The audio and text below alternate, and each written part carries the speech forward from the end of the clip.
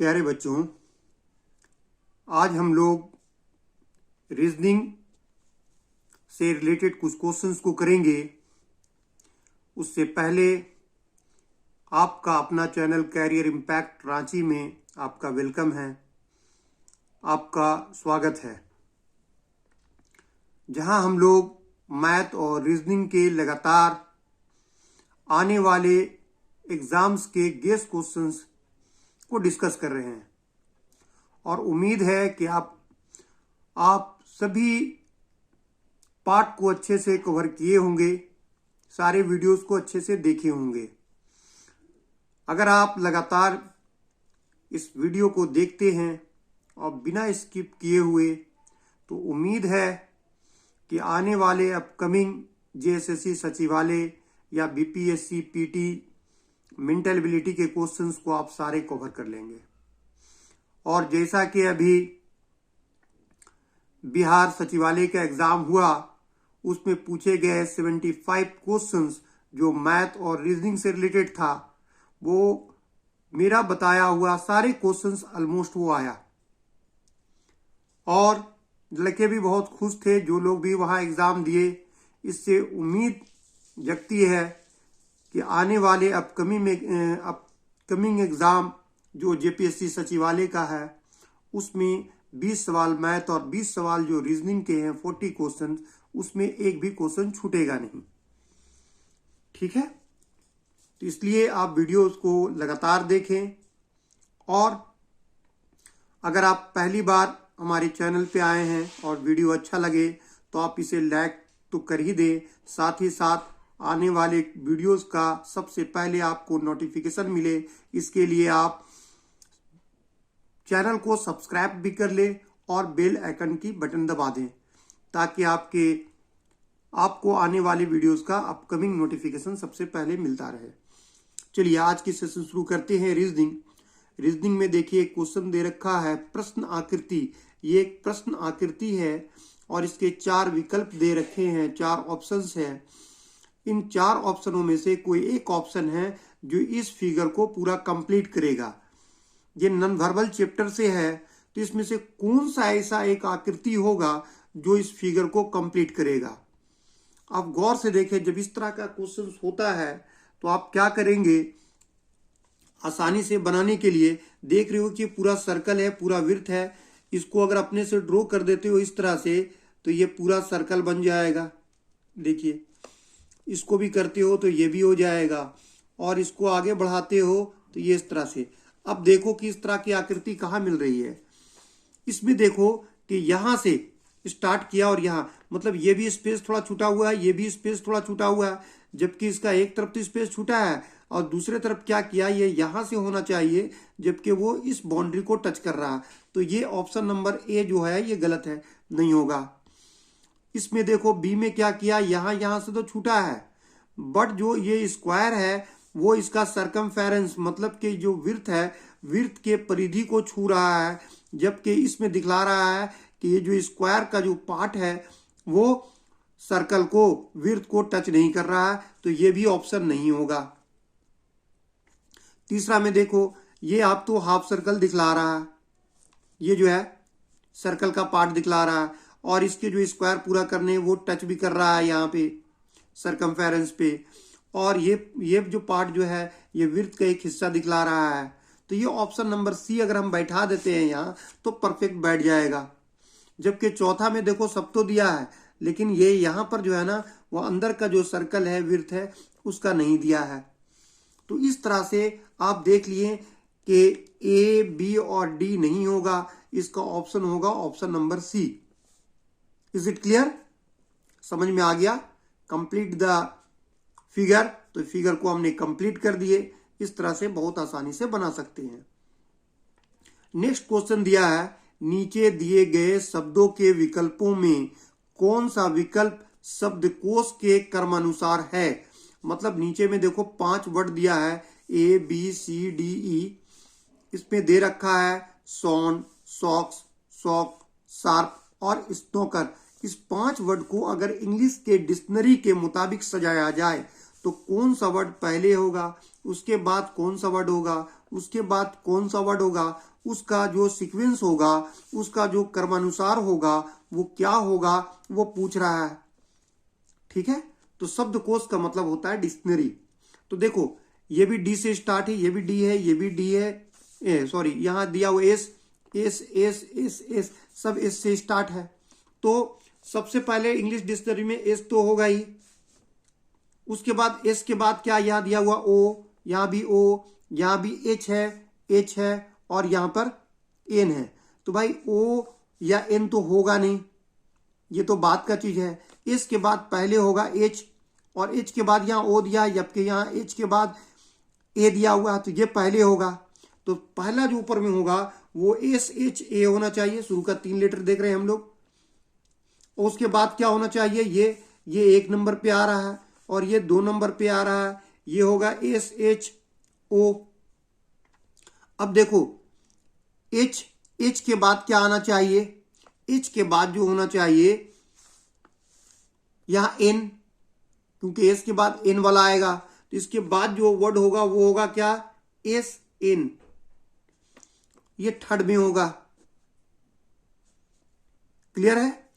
अब इसके बाद कौन सा आएगा, एन के बाद एन ओ आ रहा है, यहाँ पे एन के बाद क्या होगा, यहां पर यहां भी एस ओ आ रहा और यहाँ एस ओ सी हो रहा, तो एस ओ सी 3 लेटर लोगे तो ये पहले आएगा एस ओ सी और उसके बाद आएगा एस ओ यू। क्लियर है। तो इसका मतलब ये हो गया कि ये 4th होगा और ये 5th होगा। तो आपका जो क्रम होगा पहले डी आएगा, उसके बाद ई होगा, डी के बाद ई के बाद क्या होगा, नहीं डी के बाद सी होगा, ये होगा ना दूसरा। तीसरा में होगा क्या, ई, उसके बाद क्या होगा बी और लास्ट में होगा ए। तो आपका जो सीक्वेंस है, जो क्रम है वो होना चाहिए डी सी ई बी ए। यहां देखो डी के बाद ई आया तो ये होगा नहीं, डी के बाद सी हाँ आ रहा है, उसके बाद ई भी आ रहा है, बी भी हो रहा है, ए भी हो रहा, तो ऑप्शन नंबर बी होगा। तो इस तरह से डिक्शनरी में अरेंज होता है। तो ये डिक्शनरी चैप्टर से रिलेटेड दिया कि अगर इंग्लिश डिक्शनरी में इन वर्डों को अगर सजाया जाए या रखा जाए तो क्या क्रम होगा। तो सबसे पहले होगा डी, मतलब शार्प को रखेंगे, उसके बाद रखेंगे सी का मतलब है शॉक को रखेंगे, उसके बाद है ई का मतलब है स्नोकर को रखेंगे, उसके बाद है बी का मतलब है सॉक्स को रखेंगे और सबसे लास्ट में ए को रखेंगे, मतलब साउंड को। क्लियर। चलिए अब नेक्स्ट क्वेश्चन देखो, दिया हुआ 783 बार 869 कितना होता है। 783 टाइम्स दिया हुआ है क्या 869 कितना होता है। तो ये सिंपल सा एक मैथमेटिकल क्वेश्चन है, मैथ का एक क्वेश्चन दे रखा है कि 783 बार है कौन चीज 869 869, तो इसकी प्रोडक्ट क्या होगा। 4 दिया हुआ है ऑप्शन, 4 ऑप्शन में से कौन सा एक ऑप्शन होगा जो सही है। तो देखो इसको पहले मल्टीप्लाई करोगे आप, 9 को मल्टीप्लाई करोगे 3 से तो क्या होगा 9 3 जा 27, कितना आएगा 27, 27 का 7 बचेगा 2। तो अब देखो सबसे पहला यूनिट डिजिट में 7 किस में आ रहा है, इसका तो 9 आ रहा है, इसका यूनिट डिजिट 9 आ रहा है, ये तो होगा नहीं। इसका यूनिट डिजिट 1 हो रहा है, ये भी होगा नहीं। इसका यूनिट डिजिट 7 तो यही होगा, क्योंकि यहां दिया हुआ है 3, तो इसका यूनिट डिजिट 3 है, तो ये भी होगा नहीं। तो 4 ऑप्शन में से 3 ऑप्शन गलत हो गया, जो सही ऑप्शन है वो ऑप्शन नंबर सी है।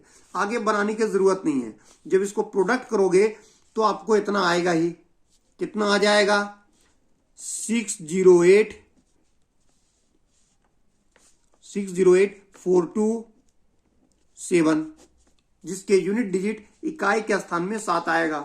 तो पूरा हमें मल्टीप्लाई करने की जरूरत नहीं है, इससे देख के भी हम लोग आसानी से बना सकते हैं। चलिए अब next question number 4। Question number 4 बोलता है एम भाई है एन का, के बहन है एम की, पी भाई है ओ का तथा ओ बेटी है एन की, पी का चाचा कौन है? ये ब्लड रिलेशन चैप्टर से पूछ रहा है सवाल। इसमें बोलता है एम भाई है एन का, M is brother of N. तो देखो एम जो है वो ब्रदर अगर रहेगा, मेल रहता तो प्लस साइन से दिखलाएंगे। एम भाई है किसका? एन का, एन का, ये इसका भाई है, ठीक है। की बहन है एम की, और एम की बहन कौन हुई? एम की बहन हुई के, तो बहन होगी तो वो फीमेल होगी, तो मतलब माइनस में। पी भाई है ओ का, पी यहां अलग दे रहा है, भाई है ओ का, तथा ओ बेटी है एन की, और ओ जो है ना बेटी है एन की, एन की बेटी होगी तो ये नीचे आ जाएंगे, क्योंकि ये नेक्स्ट जनरेशन, ये जो है इससे पहले वाले जनरेशन की होगी, ठीक है। ये क्या हो जाएगी? कौन थे? ओ बेटी है एन की, एन की बेटी कौन है? ओ है, तो बेटी है तो ये भी माइनस हो जाएगी। और फिर आगे यहां दिया हुआ था पहले पी भाई है ओ का, इसका भाई है कौन? पी, पी भाई है ओ का भाई कौन है? पी है। तो आगे बोलता है पी का चाचा कौन है? पी का चाचा कौन है? तो अब देखो पी इस जनरेशन से ऊपर वाले माँ बाप का होता है सब। अब इसकी माँ ये हुई, यहां क्या बोले कि वो बेटी है एन की, एन की बेटी है। अच्छा यहाँ भाई बोलता ना, एम भाई है एन का, एम भाई था एन का, तो इसका मतलब ये पता नहीं चल रहा है कि ये मेल है या फीमेल है, लेकिन इसकी ये बेटी है, तो ये बाप भी हो सकता है और माँ भी हो सकती है। तो खैर ये तो है नहीं, पी का ये चचा हो नहीं सकता है क्योंकि ये माँ या बाप होंगे। तो इसकी भाई कौन है? ये इसका भाई कौन होगा? ये एम। तो यहां पर एम जो बोल रहा है इसका, तो ये पी का चचा कौन होगा? ये होगा, क्योंकि ऑप्शन में और कुछ दिया नहीं है, एन एम ओ और के दे रखा है, ठीक है। तो पी का चचा कौन होगा? ये, क्योंकि ये तो फीमेल है, तो एम एम होगा यहां पर करेक्ट आंसर। पी का चचा एम होगा। क्लियर है? चलिए 5वां क्वेश्चन, 5th। यदि भाग का अर्थ जोड़ना, इफ डिवाइड मीन्स ऐड, गुना का अर्थ घटाना, मल्टीप्लाई मीन्स सब्ट्रैक्ट, तब 15 गुने 9 भागा 12 गुने 4 भागा 4 बराबर है। क्या बराबर होगा वो देखो कैसे निकालेंगे। यहां देखो 15 गुना का बोलता है, गुना का अर्थ है घटाना, तो घटा दो यहां 9 चेंज करने के बाद। भागा का अर्थ है जोड़ना, तो भागा यहां तो इसको जोड़ देंगे। फिर गुना का अर्थ है घटाना, तो घट जाएगा यहां, ठीक है। भाग का अर्थ है यहां तक क्या जोड़ना, तो जोड़ना दे दिए, और यहां दे रखा है कि गुना, गुना का अर्थ है घटाना, तो घटाना दे दिए। फिर यहां गुना है तो गुना का अर्थ है घटाना, तो यहां घट जाएगा 4। भाग का अर्थ है क्या जोड़ना, तो जोड़ देंगे +4। अब इसको हल कर लीजिए। 9 15 में से 9 गया तो 6, 12 में से 4 गया 8, -4 और 4 जोड़ दोगे तो ये 8 होगा। तो यहां देखो +8 और -8 कैंसिल हो जाएगा, बचेगा कितना 6। तो आपका ऑप्शन हो गया डी। कितना आसानी से ये बन गया, बहुत ही आसानी से, सिर्फ साइन को चेंज करना है। हाँ यहां पर ध्यान देना है कि बोर्ड मास रूल को अप्लाई करना आपको। बोर्ड मास का जो रूल है, जो तरीका है, उसको इंप्लीमेंट कीजिएगा। क्लियर है? रूल को अगर फॉलो नहीं करते हैं तो क्वेश्चन सॉल्व नहीं होगा, ठीक है। इसलिए जरूरी है कि रूल्स को फॉलो करें। अब देखिए question number 6, insert the missing character chapter से है। यहां दे रखा है, बोलता है यहां पर क्वेश्चन मार्क है, इस जगह पर क्या होगा। 4 ऑप्शन दे रखा है, ए में 14, बी में 18, सी में 16, डी में 17। तो 4 ऑप्शन में से कौन सा एक ऑप्शन सही होगा? तो आप कैसे बनाओगे देखो इसको। यहां पर हम लोग को चेक करना क्या किया है जो कि यहां पे आया है, किस तरह से ये वैल्यूज लाया है। यहां 15 है, दोनों को ऐड करते 45 हो रहा है, 15 आ नहीं रहा है। और स्क्वायर भी नहीं है किसी का।